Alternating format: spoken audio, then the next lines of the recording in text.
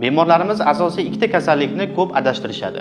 Osteoartrit va revmatoid artrit. Keling, mana shu ikkala kasallikni asosiy belgilarini ko'rib chiqamiz. Birinchi galda og'riqli bo'g'imlarni ko'rib chiqamiz, chunki bu ikkala kasallikda ham bo'g'imda og'riq paydo bo'ladi. Birinchisi bu revmatoid artrit yoki revmatoid artrit deyiladi. Bunda odatda bo'g'imda yallig'lanish ustunlik qiladi.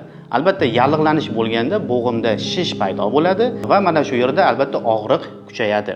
Bu ko'pincha ertalabki, ya'ni bemor uyqudan uyg'onganda barmoqlarida og'riqlarni his qiladi va bukishda qiyinchilikni aytadi.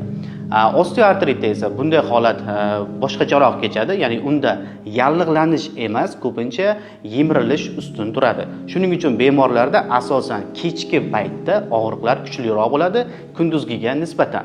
Endi asosiy nuqtalarni ko'rib chiqamiz, ya'ni qaysi bo'g'im zararlanadi har bir kasallikda. Birinchi kasallik bu revmatoid artrit. Unda e'tibor bering, mana bu bo'g'imlarga, ya'ni birinchi 3 ta barmog'imizning asos qismidagi bo'g'imlarda shish, og'riq ustunlik qiladi. Osteoartritda esa aksincha panja bo'g'imlarining eng oxirgi mana bu bo'g'imlarida jarohat ustunlik qiladi.